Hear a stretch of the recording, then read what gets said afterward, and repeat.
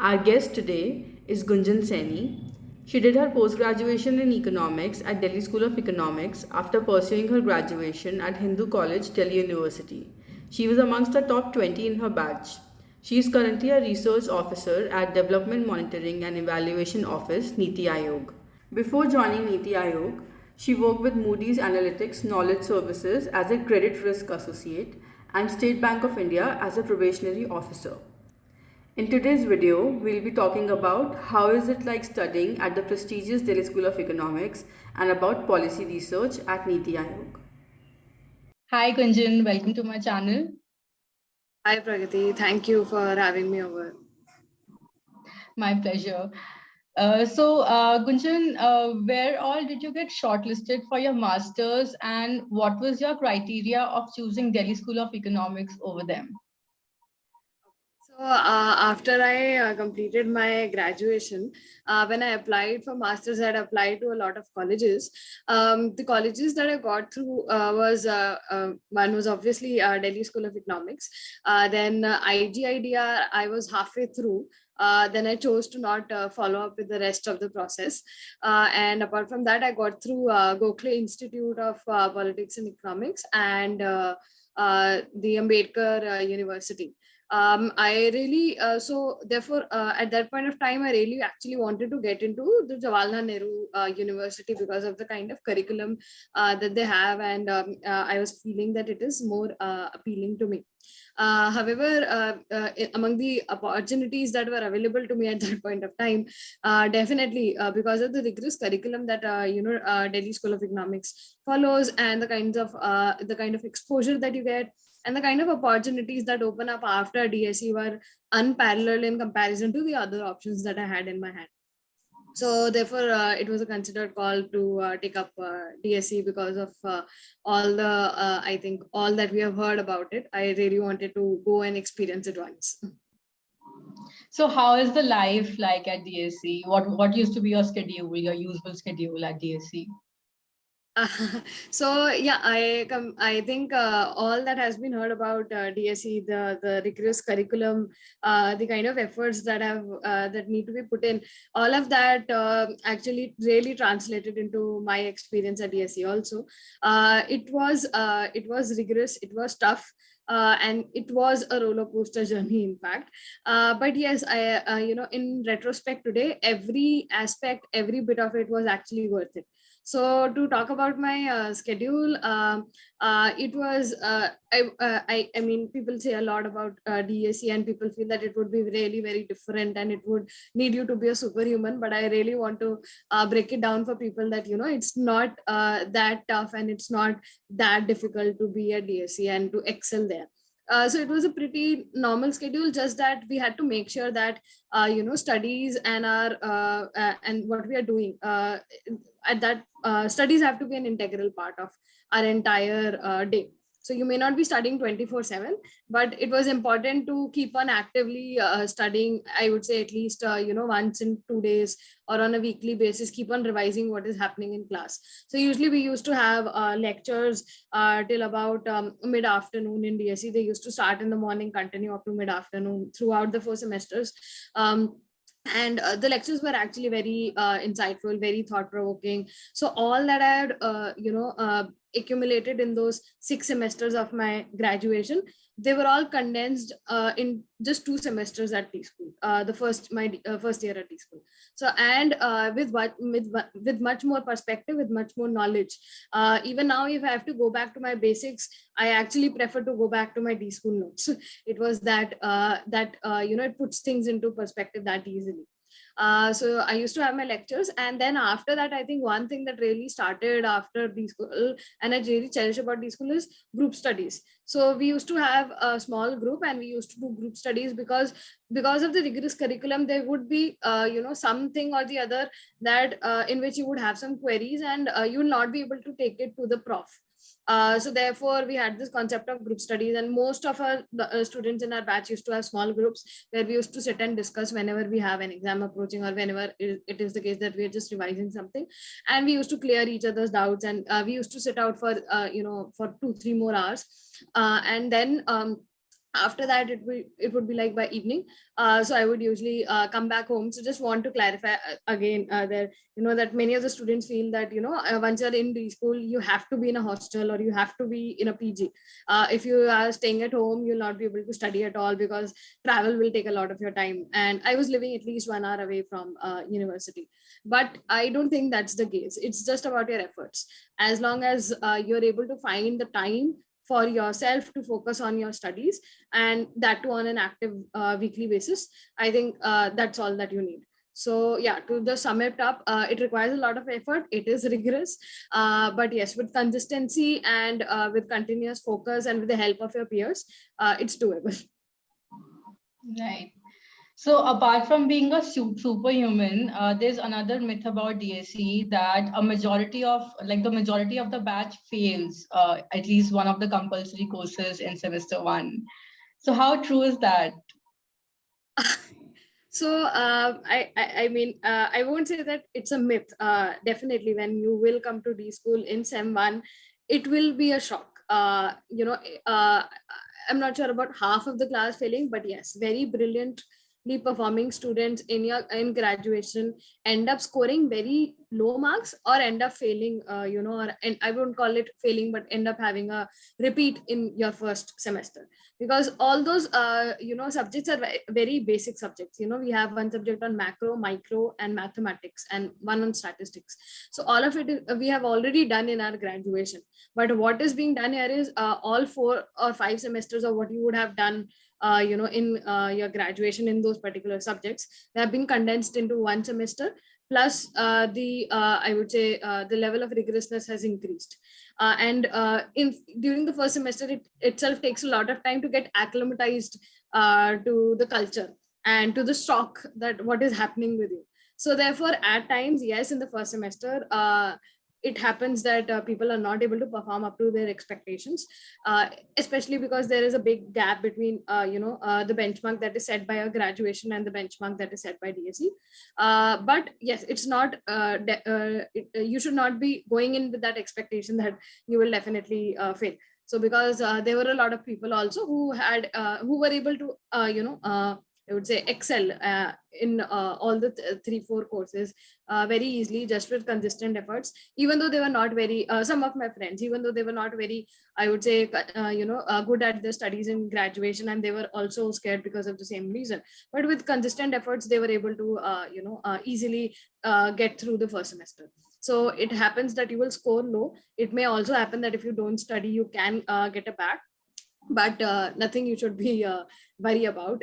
You should tackle it with more positivity. Right. So since the courses are very quant based, do you have any suggestions if there are any topics that people should prepare once they get through DSE and they actually start taking classes? So to avoid having a repeat in first sem, do you suggest anything that they should prepare before entering the institute? Yes, I think I also got a very good advice from one of my teachers. When I got through D school, there's at least about a month's gap between the time when you get to know that you're going to D school, you have already taken admission, and the classes actually begin. So it's important that people are making use of that 1 month. And this was one advice that my teacher told me. So first of all, your basic mathematics. Usually most of the students who are in Delhi University, they refer to this book on mathematics and economics by Sater and Hammond. I think that basic book, you need to just go through it once, understand the basic concepts. You need not cram whatever is written in it. Understand how each and everything is happening. So that all the basics in that book, right from the concept of matrices to real algebra and to linear algebra, real analysis, up to differentiation and how we use it in economics, differential calculus. So that part needs to be on your tips. So it will be very easy then to pick up on your classes once your classes start happening in DSE. That's one. Second is, I would say on micro and macro, at least try to revise what you have already done in your graduation. So in microeconomics, we usually used to refer to this book by Halvarian. and it has at least on the consumption side, production side, if you can just get a hang of the basics of what happens when you're studying consumption theory, what happens when you're studying production theory, and weave a story around it in your mind. That's all. You don't need to get into game theory and so on and so forth. That's all that you need to understand. And similarly for macro, the basic all the basic schools of thoughts, and understanding what each school of thought has said and why are they coming up with those kind of, what are the assumptions, what are the learnings. So just these basics that we are usually taught, I think, within the first 4 semesters of our graduation, but sometimes we are not very clear with it, because in our graduation, most of our focus is on just cramming up things and, giving our exams, because of the way our education system, or I would say examination system, was at least designed in DU at that point of time. So to understand, get that understanding once before entering into DSE, and essentially during the first few months, that's enough to sail through the first semester easily. And once you sail through semester 1, then the rest of the journey becomes very easy, because you already get a hang of how things how you need to go about things in DSE. Okay. And also, since you were amongst the toppers, do you have any toppers tips? So I first of all, disclaimer, I don't consider to be myself to be among one of the toppers. I was among some good performing students. In tips, like I said, go for group studies. Focus on the concepts. Don't focus on cramming up things that never works in DSE, because all the examination, all the idea is to make you apply what you have learned during the class. So understand the concepts. Wherever you're feeling you're having any issue or any doubt, feel free to reach out to the profs. They're extremely reachable in DSE. And finally, be consistent with your studies. I think in D school, that is the mantra. Without consistency, it becomes very difficult. If you will keep on piling up things for the end or for the midterms, it will be too late by then. So it's very important that also they have a way of ensuring consistency in the curriculum, where we'll keep on having weekly assignments, so which are also very applicative, and then you will have tutorials to get your doubts answered by assistant professors. So I think that's the way to go about it. Just focus on doing your assignments and completing them on time. It automatically takes care of your consistency aspect. Right. So Gunjan, I saw on your LinkedIn that you did your internship at Ministry of Statistics and Program Implementation. So how do you get these internships, and how did you apply for this particular internship? Right.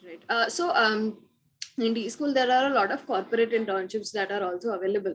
But I was not interested in those corporate internships at that point of time. I wanted to see how, government functions. And there are quite a few government internships that also open up for masters in people undergoing masters in economics. For example, there's one in Reserve Bank of India, there's one in Ministry of Finance, and there's one with this Ministry of Statistics and Program Implementation, which we call MOSPI for short. So while other ministries have also started opening up their own internships now. So I was looking at mainly these three. And one of the major reason being that I wanted to understand how economics is being applied by the government professionals. And then the method of application is pretty easy. They come out with these applications in during the time people are undertaking their second semester. So usually around March to April, they come out with these applications, and you just need to submit their application in the prescribed format along with the CV and along with some transcripts, and usually the selection is done on the basis of your past academic performance. So on the basis of that, I was shortlisted. There is no interview process. At least there was no interview process that was put in place at that point of time. And it was an internship with a modest stipend of about rupees 10,000 for 2 months at that point of time. So it's a modest one. So about the method of applying, I think that's pretty much all of it. So what did you do as a part of your internship? Can we discuss that? Sure, sure. So I think MOSPI has several divisions. Again, that's important while applications also. They have national statistics and National Statistical Office, who conduct these surveys. We all have heard of these NSSO surveys. We often keep making use of them. Then there's this Central Statistical Office, which is involved in all the I would say GDP and other key statistics, official statistics that come out, involved in the development of all those statistical material. And finally, there are also other divisions which are looking at specific statistics of specific sectors. For example, there's a social statistics division which I was a part of, which essentially was looking after development and dissemination of statistics on a regular basis of social sectors, which will cover health related indicators, education related indicators, and so on and so forth, poverty related indicators. And essentially these statistics used to cover what is not covered in the NSSO or other service, mostly coming from data sources of the ministries, compiling them together and then putting them out in different machine readable formats or reports for public use. My project during my stay at MOSPI was to essentially see and evaluate the feasibility of developing a social protection index. So like I said, it was a social sector division. It was also related. It was also working in social protection related areas. The problem that that the department was witnessing at that point of time was that India does not have a lot of data on a lot of social protection related indicators. For example, which sector of the population is being covered, what is the extent to which they are getting social protection, the amount, what is the output or outcomes that are being achieved by these social protection interventions, so on and so forth. So they were looking at what kind of data needs to be collected, what can be collected from the ministries, and if it will be possible to essentially assimilate all this data in the form of an index, a state-wise index that can be used to then rank or measure the states on their social protection levels. So there was already a methodology that was in place by the Asian Development Bank, which had placed down what should be the components of the index. And my major role was to figure out if for all those components there is data available in India, identify if there is a state-wise data already available in India on those indicators, and then find out the gaps, which indicators are not being covered, and accordingly what can the government of India do to fix that data gap. So that was my project. So do you get to choose your project, or is your division allotted to you by the ministry? So when you will apply, you will get to give the option of preferences of the divisions that you would like to be a part of. So therefore, division to an extent will be allocated to you on the basis of your preference. However, the project is mostly dependent on the needs of the department. You will not be able to select the project of your choice. But if you do have a specific sector expertise or sector orientation, or you do have a specific research project in mind, you can try to pitch it to the department and see if, in addition to the task that they want to give you, if you can also pursue that. Okay. So can we use this project for future work? Is that allowed? It depends.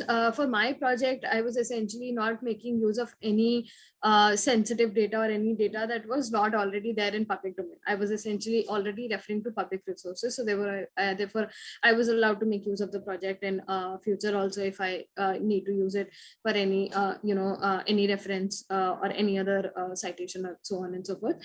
But yes, I remember that there was another intern with me who had joined, and that person was working on essentially developing some outcome frameworks or some indicators related to SDGs, and that work was a little confidential because the government had just started working on the SDGs at that point of time, and it involved a lot of deliberation on what indicators to be chosen to monitor and what not, and so there was a lot of confidential information at that point of time that was floating around with her, as to what indicators are being chosen and for what purpose. and what are the gaps. So therefore, in her project, there were certain details that she was not allowed to disclose. So accordingly, it depends on the nature of the project.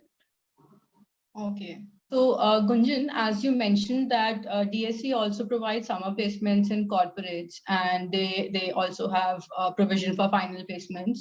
So what are the kind of job roles offered in these summer placements and final placements?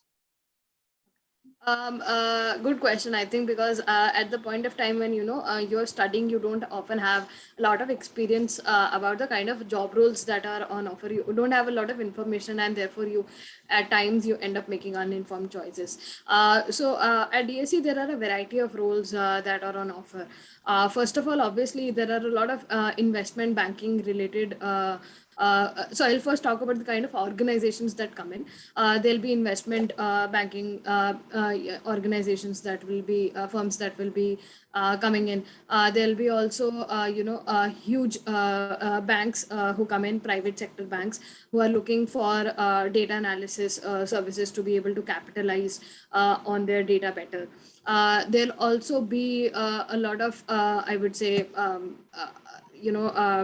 essentially primary research companies who do a lot of corporate research.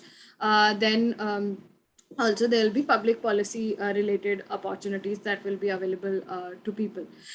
So in terms of the job roles, mainly most of the job roles right now are around data analysis and data scientist related roles.